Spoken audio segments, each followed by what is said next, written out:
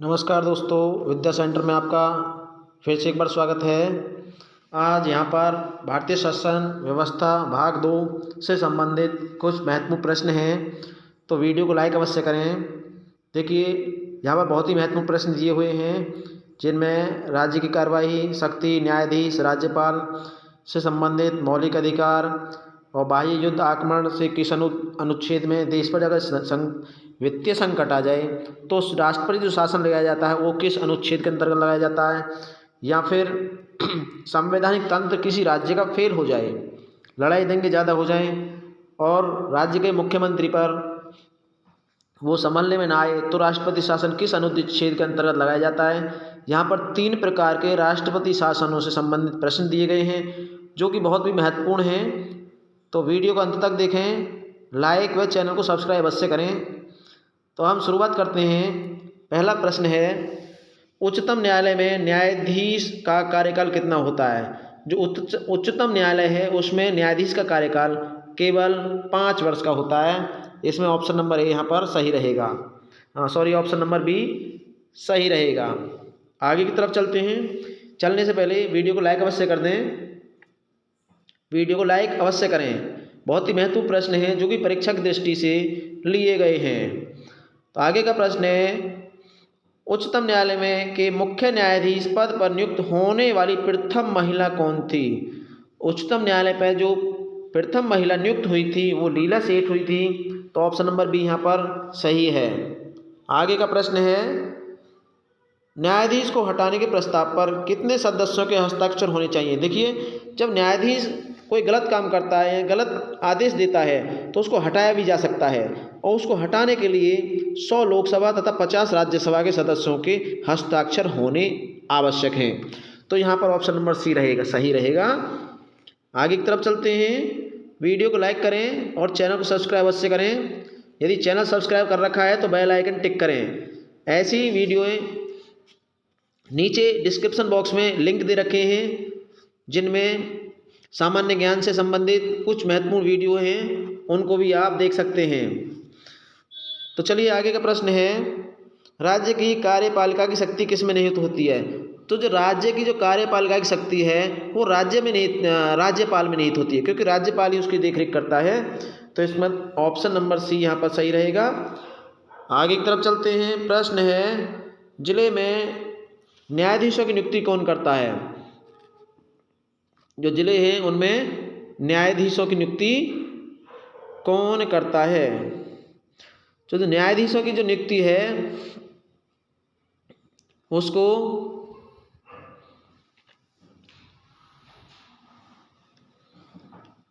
राज्यपाल के द्वारा की जाती है। न्यायाधीशों की नियुक्ति यहाँ पर राज्यपाल ऑप्शन सही रहेगा, नंबर ए। अब चलते हैं आगे की तरफ। प्रश्न है,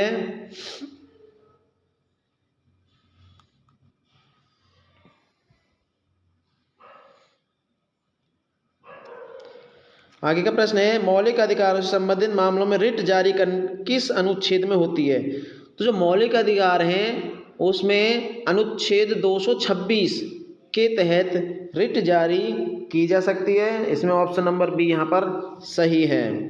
आगे का प्रश्न है, राज्य कार्यपालिका के सभी कार्य किसके नाम से संचालित होते हैं। तो देखो, राज्य के जब कार्य हैं तो राज्यपाल के ही नाम से जो संचालित होंगे। इसमें ऑप्शन नंबर ए यहाँ पर सही है। आगे की तरफ चलते हैं। प्रश्न है, युद्ध, बाहरी आक्रमण या सशक्त विरोध में राष्ट्रपति शासन किस अनुच्छेद के अंतर्गत लगाया जाता है। तो देखिए, यहाँ पर 3 प्रकार के राष्ट्रपति शासन लगाए जाते हैं भारत में, अनुच्छेद 352, अनुच्छेद 356, अनुच्छेद 360। तो ये जो क्वेश्चन है इसमें अनुच्छेद 352 सही रहेगा, क्योंकि अगर बाहर से युद्ध हो जाए या किसी देश से युद्ध छिड़ जाए, देश पर आक्रमण हो जाए, तो उस आक्रमण के अकॉर्डिंग राष्ट्रपति शासन लगाया जाता है और उस अनुच्छेद 352 कहा जाता है उसे। आगे एक प्रश्न है, देश में वित्तीय संकट, अगर वित्तीय संकट की स्थिति उत्पन्न हो जाए, यानी देश में भुखमरी फैल जाए वित्तीय, तो उसमें अनुच्छेद 360 के तहत राष्ट्रपति शासन लगाया जाता है। यहाँ ऑप्शन बी बिल्कुल सही रहेगा। ये दोनों ही क्वेश्चन बहुत ही महत्वपूर्ण है, इनको बार बार याद कर लें।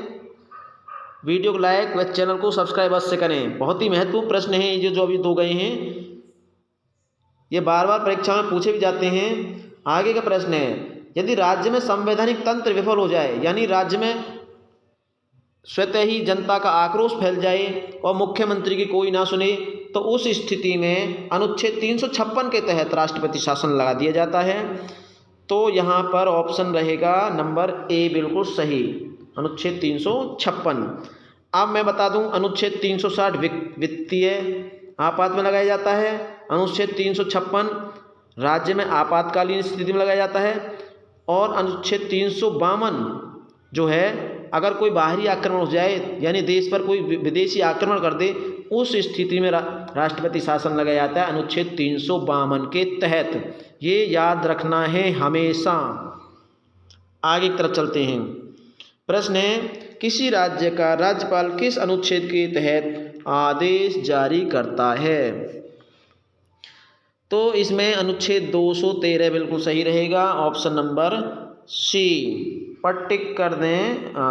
नहीं, सी नहीं है, ऑप्शन नंबर यहाँ पर 213 जो है सी है। हाँ, अनुच्छेद 213 बिल्कुल सही रहेगा। वीडियो को लाइक अवश्य करें, अंत तक देखें, बहुत ही महत्वपूर्ण प्रश्न है आपके लिए। आगे का क्वेश्चन है, राज्यपाल का वेतन और भत्ता किस कोष से दिया जाता है? तो राज्यपाल को जो वेतन और भत्ता है वो राज्य के संचित कोष से दिया जाता है, जो राज्य कोष को इकट्ठा करता है, एकत्रित करता है, उस कोष से दिया जाता है। आगे चलते हैं। आज यहाँ पर बहुत ही महत्वपूर्ण प्रश्न है। देखिए प्रश्न है, राज्य में विधान परिषद सदस्यों का कार्यकाल कितना होता है? तो जो राज्य में विधानसभा परिषदों का कार्यकाल वो 6 वर्ष का होता है। इसमें ऑप्शन नंबर ए सही रहेगा, ये 6 वर्ष तक अपना कार्य करते हैं। प्रश्न है आगे का, राज्य के शासन का वास्तविक अध्यक्ष कौन होता है? तो जो वास्तविक अध्यक्ष है, यानी राज्य को जो शासन संभालता है, वो मुख्यमंत्री होता है। तो इसमें ऑप्शन नंबर यहाँ पर सी सही रहेगा। आगे का प्रश्न है, किसी राज्य में महाधिवक्ता की नियुक्ति किसके द्वारा की जाती है? तो किसी राज्य में महाधिवक्ता की जो नियुक्ति है वो किसके द्वारा की जाती है? राज्यपाल के द्वारा इसकी नियुक्ति की जाती है। तो ऑप्शन नंबर यहाँ पर बी सही रहेगा। चलिए आगे चलते हैं। विधान परिषद का सदस्य होने के लिए कम से कम कितनी आयु होनी चाहिए? जब कोई व्यक्ति विधान परिषद का चुनाव लड़ता है तो उसकी जो आयु है कम से कम 30 वर्ष होनी चाहिए। याद रखना है, उसकी आयु 30 वर्ष होनी चाहिए। आगे चलते हैं। राज्य मंत्री परिषद समूह रूप से किसके प्रति उत्तरदायी होता है? इसमें आंसर है संसद। किसके प्रति उत्तरदायी होता है? विधानसभा के प्रति उत्तरदायी है। तो ऑप्शन नंबर बी यहाँ पर सही है। आगे का प्रश्न है दिया हुआ है, तो देखिए भारत में पहली बार उच्च न्यायालय की स्थापना कब की गई? तो भारत में पहली बार 1862 में उच्च न्यायालय की स्थापना की गई थी। जो पीछे क्वेश्चन गया है कि राज्य मंत्री परिषद समूह रूप से किसके प्रति उत्तरदायी होता है, ये बहुत ही महत्वपूर्ण प्रश्न है, इसको भी याद रखना है, पेपर में आ सकता है। चलिए प्रश्न है, विधानसभा अध्यक्ष का चुनाव कौन कराता है? तो जो विधानसभा अध्यक्ष का चुनाव है वो विधानसभा के सदस्य ही उस चुनाव को कराते हैं, क्योंकि वो ही उसमें वोटिंग करते हैं कि अध्यक्ष कौन चुना जाएगा। इसमें ऑप्शन नंबर बी सही है, केवल विधानसभा के सदस्य ही अध्यक्ष का चुनाव कराते हैं। चलिए आगे की तरफ चलें। तो प्रश्न है, विधानसभा अध्यक्ष अपना त्यागपत्र किसको देगा? तो जो विधानसभा अध्यक्ष है वो अपना त्यागपत्र विधानसभा उपाध्यक्ष को देता है। जैसे मुख्यमंत्री उप मुख्यमंत्री को रखता है, तो ऐसे ही विधानसभा का जो अध्यक्ष है वो विधानसभा उपाध्यक्ष को अपना त्यागपत्र सौंपेगा। अब आगे चलते हैं। भारतीय संविधान के किस भाग में पंचायती राज से संबंधित प्रावधान है? देखो, पंचायती राज बहुत ही महत्वपूर्ण प्रश्न है। इसमें जो है इसकी शुरुआत ब्रिटिश काल से हुई थी और ये 1862 में जब लॉर्ड रिपेन के समय में हुई थी, और इसके बाद हमारे भारत के पहले प्रधानमंत्री पंडित जवाहरलाल नेहरू ने सर्वप्रथम राजस्थान से इसकी शुरुआत की थी। जो पंचायती राज्य है उसकी शुरुआत का जो राज्य है वो राजस्थान है। इसमें क्वेश्चन नंबर 2 में दिया गया भी है। और पंचायती जो राज्य है ये भाग 9 से संबंधित है। इसमें 73वां संशोधन पंचायती राज में आता है और 74वां संशोधन नगर निकायों के लिए आता है। ये याद रखना है। देखिए, पंचायती राज का जो संशोधन है वो 73वां है और नगरीय संशोधन 74वां है। और ये किस से संबंधित है, ये किस भाग में आता है? ये भाग नंबर 9 में आता है। इसमें 9 ऑप्शन सही रहेगा। और जो संशोधन है वो 73वां रहेगा। पंचायती राज संशोधन 73वां है, याद रखना है, और नगरीय संशोधन 74वां है। बार बार बताया जा रहा है। आगे का प्रश्न है, भारत में पंचायती राज प्रणाली का आरंभ, अभी बताया मैंने, इसका जो आरंभ है राजस्थान राज्य से किया गया था। और किसने किया था? तत्कालीन प्रधानमंत्री जवाहरलाल नेहरू के द्वारा। आगे चलें। भारत के किस उच्च न्यायालय में न्यायाधीशों की संख्या सबसे अधिक है? देखिए, सभी पता है कि जो प्रयागराज उच्च न्यायालय है, पहले इसे इलाहाबाद के नाम से जाना जाता था, इलाहाबाद हाई कोर्ट, अब इसे प्रयागराज उच्च न्यायालय कहा जाता है। तो इसमें न्यायाधीशों की संख्या सबसे अधिक है। जब इसके न्यायाधीश या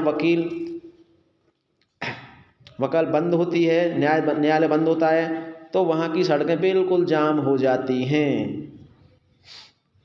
और अंतिम प्रश्न है, भारत के किस संघ शासित क्षेत्र का अपना उच्च न्यायालय है?